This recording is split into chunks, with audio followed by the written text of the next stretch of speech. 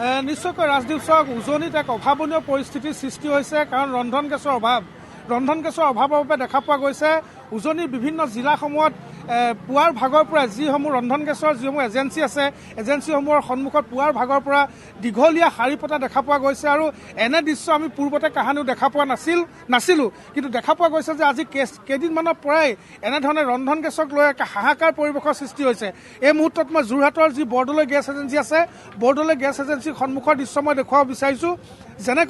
যেনেকৈ ভোটাধিকাৰ দিনাখন ভোটদান কৰিবৰ বাবে যেনেকৈ ৰাইজে শাৰী পাতে, ঠিক তেনেধৰণৰ এটা শাৰী পৰিলক্ষিত হৈছে। এই মুহূৰ্তত এয়া কোনো ভোটদানৰ শাৰী নহয়, এয়া ৰন্ধন গেছ ল'বৰ বাবে যিসকল ৰাইজ আছে সেই ৰাইজে পুৱতি নিশাৰ পৰা এনেধৰণে শাৰী পতা দেখা পোৱা গৈছে। এক কথাত ক'বলৈ গ'লে এক অভাৱনীয় পৰিস্থিতিৰ সৃষ্টি হৈছে। মোৰ ভিডিঅ' জাৰ্নেলিষ্ট পৰাগৰ সৈতে মই এই যি পৰিস্থিতি, এই পৰিস্থিতি মই মুহূৰ্তত দেখুৱাবৰ বাবে চেষ্টা কৰিম যে কেনেধৰণৰ এক পৰিৱেশ, কেনেধৰণৰ পৰিস্থিতি এই মুহূৰ্তত সৃষ্টি হৈছে। এয়া চাওক, এটা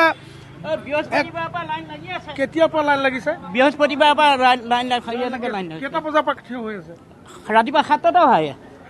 7টাতে আজি। আগতে এনেকুৱা হৈছিল? আগত নহয়, নাই হোৱা। আগত নাই হোৱা। কি ক'ব এতিয়া এই যে পৰিস্থিতি হৈছে তাৰ কাৰণে কি ক'ব?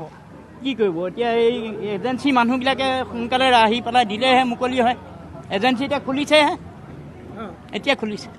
নিশ্চয়কৈ আমি দেখুৱাইছোঁ কেনেধৰণৰ এটা অভাৱনীয় শাৰী সৃষ্টি হৈছে। আপুনি যলৈকে চাই মোৰ ভিডিঅ' যদি পৰাকৈ দেখুৱাব, অকণ ওপৰৰ পৰা মই শাৰীটো দেখাবৰ কাৰণে অনুৰোধ জনাইছোঁ। এটা দীঘলীয়া শাৰী, আৰু এনেধৰণে দেখা পোৱা গৈছে যে কেৱল যোৰহাটতে নহয়, প্ৰতিটো যদি আপুনি গেছ এজেঞ্চিৰ সন্মুখলৈ যায় তেনেহ'লে এনেধৰণৰ শাৰী আপুনি দেখা পাব। ঠিক প্ৰতিখন জিলালৈকে যদি যায় বা প্ৰতিটো সমষ্টিলৈকে যায় আপুনি দেখা পাব প্ৰতিটো গেছ এজেঞ্চিৰ সন্মুখত এনেধৰণে এক দীঘলীয়া অভাৱনীয় শাৰী দেখা পোৱা গৈছে। বাইদেউ, কেইটা বজাৰ পৰা শাৰী পতা হৈছে? আমি 7টাৰ পৰা পাতিছোঁ। কি ক'ব এতিয়া? কাৰণ চৰকাৰে কৈছে যে সকলো আছে, কিন্তু ইয়াততো একোৱেই নাই। কেলে নাটনি হৈছে যদি চৰকাৰে কৈয়ে আছে?